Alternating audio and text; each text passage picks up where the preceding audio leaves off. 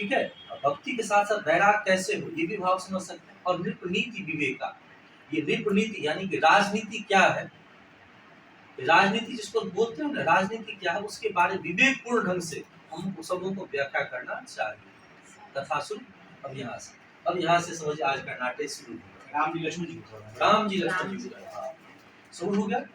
अब जो कहा किष्किंधा कांड के प्रसंग है। अब देखिए पहला कारण, वर्षा काल मेघ नभ छाए, वर्षा का ऋतु है, सामने बादल से छाया हुआ। आज सुबह जब हमने उठा तो देखा कि बादल से लग रही है, शास्त्री जी सिखा गया। तो वर्षा काल मेघ नभ छाए क्या होता है, तो गरजत लागत परम सुहाए। बादल जो गरज रहा नहीं लग रहा था कोई तीन ताल बजा रहा है, कोई जो है सो कहरवा बजा रहा है, कोई एक ताल बजा रहा है। ऐसे ही क्या कह रहे, वर्षा काल मेघ नभ छाए और गरजत लागत परम सुहाए, बादल गरज रहा। ठीक है, इतना समझ गए। लक्ष्मण देख मोरगन नाचत बाढ़ पे, अभी हमारे पास वीडियो आया है वृंदावन का, मोर सब इतना सुंदर नृत्य कर रहा था वर्षा के समय होने पर। तो अब लोग आएंगे तो दर्शन कराएंगे बंसी बट्टा, अभी सारा वीडियो भेज देंगे अभी का, देखे ना इतना सुंदर बंसी बट्टे। हमारे मित्र सब हैं वहाँ बैठे, अभी वहाँ पर इतने हजारों महात्मा सब वहाँ पर रहते भजन करके, तो वहाँ पर मोर सब आपके हाथ से खाएगा, अच्छा लगेगा मोर सब खुशी से। तो कहते लक्ष्मण देख मोरगन नाचत बारिश पे, यहाँ पे हो गया पहला उपदेश समझना, नदी का इस पार। ठीक है, ये गौर से समझना है। लक्ष्मण देखो मोरगन नाचत बारिश पे, कहते कैसे, तो कहते गृही विरति रत हरस जस विष्णु भगत कहते, जैसे घर परिवार में रमे लगे हुए लोग जैसे संत महात्मा को देख करके प्रसन्न हो जाते। कैसे, दो बात यहाँ समझा रहे हैं। कह रहे हैं कि जैसे मोर बारिश को देख करके, बादल को देख करके नृत्य करने लगता है, वैसे ही जो घर परिवार में रमे हुए लोग संत महात्मा गुरुजन को देख करके प्रसन्न हो जाते हैं। मतलब हम सबों को प्रफुल्लित होना चाहिए। कितना सुंदर सहयोग बन रहा है, देखिए बात समझ गया। तो दो पक्ष लेकर के चल रहा है, बात समझ गया। लक्ष्मण देख, बोलिए फिर से पढ़िए। लक्ष्मण देख बारिश मतलब वर्षा, वर्षा को पेक, पेक मतलब होता है देखना, जब पेखन तुम देख रहे हैं निहारे। गृही विरति रत हर्ष जस विष्णु भगत कहते, बात समझ गए। भगवान के भक्तों को देख करके, वैसे तो सबों को देख कर मन प्रफुल्लित रखना चाहिए। सो करके उठ करके हम किसी बच्चे को नहीं देते, किसी को देते तो प्रसन्नता से मिलना चाहिए। बात समझ गए। आज हम सो करके उठते हैं तो ऐसा चेहरा बना करके लगता है कुछ ऐसा हो, सबसे पहले प्रफुल्लित होकर उठे प्रसन्नता के। ये प्रसन्नता के साथ सबसे पहले उठते हुए भगवान को प्रणाम करना चाहिए, हाथों को देखना चाहिए, पृथ्वी को प्रणाम करना चाहिए, पृथ्वी माँ सबकी माँ है। ठीक है, फिर उठ करके प्रणाम करना चाहिए जो बड़े हों उनको, अगर बड़े हों तो छोटों को प्रणाम करें। ये नहीं कि छोटे हमारे पोता है हम कैसे प्रणाम करें, छोटे के सामने में हाथ जोड़े। सब भगवत स्वरूप है, बात समझ गए। बच्चे ही क्यों ना हो, सब पति पत्नी होती है ना कि पत्नी ही पाँव छुए, पति को पत्नी का पाँव छूना चाहिए। कभी छुए कि नहीं, उससे नहीं मतलब है। जो ज्ञान है या जो विद्या है या भगवान के भक्त है ना, अब तो उम्र से भी सोच रहे कि छोटी है बड़ी है, ऐसा नहीं। भगवान के भक्ति में कोई छोटा बड़ा नहीं होता, बात समझ गया। इसीलिए पत्नी छुए तो पति को भी छूना चाहिए, तब होता है बराबर का अधिकार। जहाँ प्रेम है वहाँ कोई बात नहीं। अगर नहीं पता हो, अब देखिए राम जी कैसे जानकी जी के चरण छूते हैं, कृष्ण जी कैसे राधा रानी के चरण छूते हैं। 1000 वीडियो भेज दें, 1000 कथा पढ़ा देते हैं आपको, तो राम जी से बड़े तो नहीं हो सकते। जो राम जी छू सकते हैं तो क्यों नहीं छू सकते, बात समझ गए। और आप तो नारायण ही ये अलग बात है कि नारायण के चरण कमल को सदैव लक्ष्मी दबाती रहती है। एक प्रश्न पढ़ना, आगे पढ़। घन घमंड नभ गर्जत घोरा, यहाँ इनका नाम पियाहीन डरपत मांगोरा। इसका मतलब क्या है,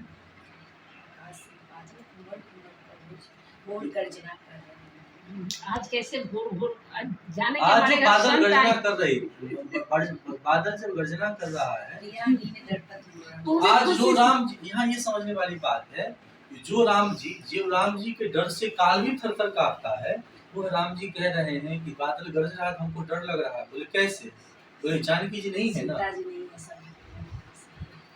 सीता जी नहीं है। कभी कभी पुरुष के जीवन में भी होता है, अगर स्त्री ना हो, इसीलिए स्त्री का काम है सहनशीलता। जब जब मुसीबत विपत्ति आ जाए, जब जब मुसीबत विपत्ति आ जाए, उस समय में पत्नी का कर्तव्य है मित्र बन करके हर समय खड़े रहे। हम है ना, आप किस बात का सोच कर रहे हैं, चाहे बिजनेस व्यापार कभी टेंशन भी अगर हो, उस समय पत्नी का कर्तव्य है पति को संभालना। विपत्ति काले गृहिणी परीक्षा, विपत्ति काले में स्त्री का ही परीक्षा होता है। ये नहीं कि पति को और डांटे पड़कर आप लापरवाह हैं, ये है और कब करके परेशान कर रहे हैं, ठीक है। बात समझ लो, दोनों के लिए शिक्षा है। ये कह रहे हैं घन घमंड नव गरजत घोरा, प्रियाहीन डरपत मन मोरा। आगे कह रहे दामिनी दमक रहे घन माई, और कह रहे खल के प्रीत जथा नाई। तो कह रहे दामिनी दमक रही घन माई, जैसे बादल मतलब चमकता है तो क्या होता है,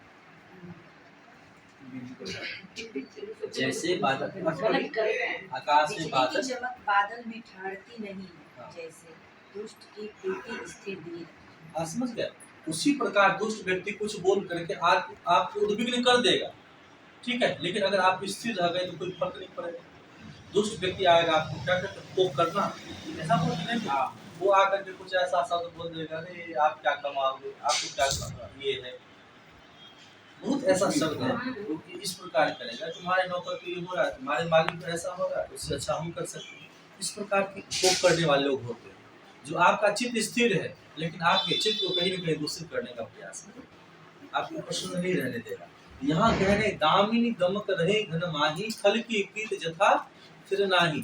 दुष्ट व्यक्ति का चित्त स्थिर नहीं रहता, रहता है नहीं रहता, इसी मन चंचल रहता है। अगर हम स्थिर वृत्ति वाले कोई फर्क नहीं पड़ता, जैसे बिजली बादल में चमकती तो है लेकिन स्थिर नहीं ठहरती, ठीक उसी प्रकार। हाँ आगे कर बरसई जलद भूमि राये, ठीक है, जैसे वर्षा का जल पृथ्वी पर होता है तो क्या होता है, परिवार पृथ्वी के समीप आकर बरस रहे हैं, जैसे विद्या पाकर विद्वान नम्र हो जाते हैं। भूमि देखिएगा वर्षा होने पर क्या होता है, भूमि देखिए बड़ा सुकोमल हो जाएगा, नहीं तो कठोर भूमि भी मुलायम हो जाता है। उसी प्रकार जो व्यक्ति विद्या पाता है, जिसके भीतर ज्ञान है, इतना सरल हो जाएगा, उनसे मिलिएगा लगेगा इनके भीतर ऐसी सरलता हो ही नहीं सकती। लोग दूर से डरते हैं, लेकिन जब उनके सन्निकट हो जाने पर वह विद्या पाकर के जैसे वृक्षों में फल लगने पर नर्म हो जाता है, वैसे ही आपके भीतर ज्ञान हो तब सहनशील हो जाए। धन संपत्ति पाकर के भी कुछ लोग अहंकारी हो जाते हैं, लेकिन बहुत ऐसे लोग हैं इतना धन हो जाने के बावजूद भी इतना उनके भीतर प्रेम होता है, ठीक है, ये सब याद रखने वाली है। तो वर्ष ही जलद भूमि नीराय जथा नवि बुध विद्या पाए, अब बुंद अघात सहई गिरी कैसे, क्या कह रहे हैं, खल के वचन संत सहज ऐसे। वर्षा का जब जन्म होता है तो पत्थर को देखते हैं ना, बुंद अघात सही गिरी कैसे। पहाड़ पर वर्षा नहीं होता है, तो वर्षा तो हो ही रही, लेकिन वर्षा जब हो रही है तो उस वर्षा में क्या होता है, पहाड़ का कुछ बिगड़ता है, हम लोग मिट्टी के ढेला बन जाते हैं। कोई व्यक्ति कुछ कह दिया बस भर दिन उसी टेंशन में, बात समझ गया, कितनी बड़ी शिक्षा है, शिक्षा है ना। उसमें अपने आप को क्या बना लेना चाहिए, सरल नहीं, अपने आप को पत्थर बना लेना चाहिए। कुछ भी कहे उसका ध्यान नहीं देना। हाँ, दुष्ट व्यक्ति कुछ भी कहे उसमें नहीं कि चित लगा करके रखिए। अब स्कूल में ही आप लोग पढ़ाई कर रहे हैं, कोई व्यक्ति कुछ बोल दिया बस हो गया, ये नहीं, उस समय अपने आप को कठोर बनाइए। उस समय क्या करें, कठोर पत्थर के समान। टाइल्स पर अगर वर्षा हो कोई फर्क पड़ेगा, उसमें मिट्टी बना के नहीं रखिए। हाँ, कोई व्यक्ति आए अपना जैसे रिमोट लिया और हमारे चैनल को बदल दिया, वैसे चैनल बदल दिया, ऐसा नहीं होना चाहिए। उसी को सोच रहे हैं, उसी में लगे दिन रात, वहाँ गए थे उसने ऐसा कहा थे, वहाँ गए थे ऐसा हो, उसी को लेके जो है सब कोई कुछ बोल देता है, उसी में भर दिन उदास बैठे हुए। बात समझ रहे हैं, ये पढ़ना ही नहीं है, अपने जीवन में अप्लाई भी करना है। हम लोग क्या होता है कि हाँ रामायण पढ़ना है, चलो पढ़ करके निकालते हैं, इसलिए नहीं पढ़ना चाहिए। अच्छा ये पढ़ ली तो बुंद आघात सहे गिरी कैसे, खल के वचन संत सहज ऐसे। वो कौन सह सकता है, जो साधु होते हैं। साधु की जितना निंदा होती है ना, निंदा भी उनकी उतनी होगी, जिसको ज्ञान हो जाता है वो भी, लेकिन संत महात्मा हंसते हुए उसको निकाल लेते हैं, ठीक है। आगे क्षुद्र नदी बड़ी जलई तराई, यही समझने की बात है। कहते हैं आइए आप निकट आइए, रामपाल जी के थोड़े समर्थक आप ही थे, नहीं अब बताते देखिए यही लिखा है, अब आप ही निकट आ जाइए, सुनिए। क्षुद्र नदी भरी चलई तोराई, जस थोरो घन जल इतर खल इतराई, घन इतराई। इसका मतलब क्या हुआ, क्षुद्र नदी भरी चली तो राय। जब देखिए कोई नदी नहीं है और उस समय देखिएगा थोड़ा सा जल होगा तो इधर उधर बांध को तोड़ते इधर उधर निकलना शुरू करें, उसको कहते हैं इतराना। गंभीर नदी होगी तो वहाँ इधर उधर नहीं, गंभीर नदी जहाँ गहरी नदी है वहाँ प्रवाहित हो नदी रहती है, लेकिन जहाँ नदी नहीं है वहाँ देखेगा रोड पर ही वो नाला इधर का पानी जा रहा उधर का जा रहा, अतिक्रमण कर देती इतराती है, उसी को कहते हैं अतिक्रमण। जिसको ज्ञान नहीं होता है ना वो इतरता है। उसी प्रकार कैसे तो कहते हैं जस थोरन धन खल इतराय। पहला क्या करें, क्षुद्र नदी भरी, दोनों का उदाहरण दे रहे हैं। क्या उदाहरण है, क्षुद्र नदी भरी चली तो राही, जो नदी नहीं है अगर वहां जल आ जाए तो इधर उधर बहती इतराती भी चलती। बोले कैसे, बोले जैसे थोड़ा सा धन किसी को हो जाता है मूर्ख व्यक्ति को तो क्या करता है, खल दुष्ट व्यक्ति को थोड़ा सा धन हो जाएगा वो अपने उपयोग में नहीं लगाएगा, वो ये किन प्रकार से लगाएगा सामने वाले को कैसे परेशान नहीं। स्पष्ट है, जस थेरुण धन खलित राय। आगे क्या कहते हैं, भूमि परतभा डावर पानी, भूमि परतभा डावर पानी जन जीवन माया लिपटानी। जैसे वर्षा का जल पवित्र होता है, धरती पर आदमी गंदा हो जाता है, उसी प्रकार संसार जीव तो शुद्ध था। प्रत्येक व्यक्ति क्या है, भगवान का अंश है ना। भगवान का अंश होने के बावजूद भी हम संसार में क्यों लिप्त हो रहे हैं, क्यों, क्योंकि संसार में माँ बाप की जो और मतलब पति पत्नी मिल करके जो सृजन करते हैं प्रकृति के माध्यम से, इसलिए जब वो निर्वाण होता है तो पंच तत्व के माध्यम से होता है, तो पंच तत्व का गुण उसके भीतर में आ जाता है। ठीक है, अब वो तो आ ही जाएगा। आप प्लास्टिक का कुछ भी इंस्ट्रूमेंट कुछ भी बना रहे हैं तो कुछ न कुछ उसका गंध तो आ ही जाएगा, नहीं आ जाएगा। आप घर बंद करके देखिए ये भी आ जाएगा, कहीं ना कहीं अगर एल्युमिनियम का वस्तु का उपयोग करें उसका गुण आ ही जाएगा। इसी को कहते हैं व्यक्ति, स्थान, समय हर व्यक्ति को प्रभावित करता है। ओके, यहाँ कहते हैं क्षुद्र नदी भरी पड़े थे, भूमि परतभा डाबर पानी जन जीव माया लिपटानी। शुद्ध होने के बावजूद भी जीव उसमें लिप्त हो जाता है। ठीक है, आगे सिमट सिमट जल भर ही तलावा। ठीक है, एक होता है ना पानी कहाँ ठहरता, तालाब में ठहरता है नहीं, इस गौर से पढ़िए, हल्का भी नहीं लेना है। सिमट सिमट जल भर ही तलावा, यानी जब वर्षा खूब आ जाता है जहाँ पर गड्ढा होता है, गड्ढा में भर जाएगा, खाली जगह पर यहाँ छोड़ दी तो पानी जहाँ गड्ढा होगा भर जाएगा। तो कैसे कहते हैं, जीवी सद्गुण सज्जन वही आवा।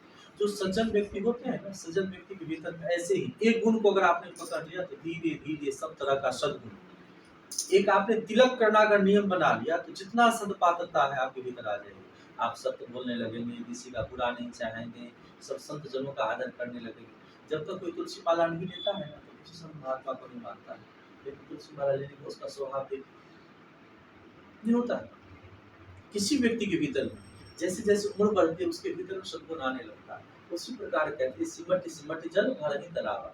एक सद्गुण शुरू कर दीजिए, तो रोज नाम लेखन करना। हमारे नारायण जी रोज लेखन करते हैं, आप लोग कभी शुरू नहीं किए हैं? आप लोग तो नहीं गूगल चेक करते हैं, आप नहीं करते हैं?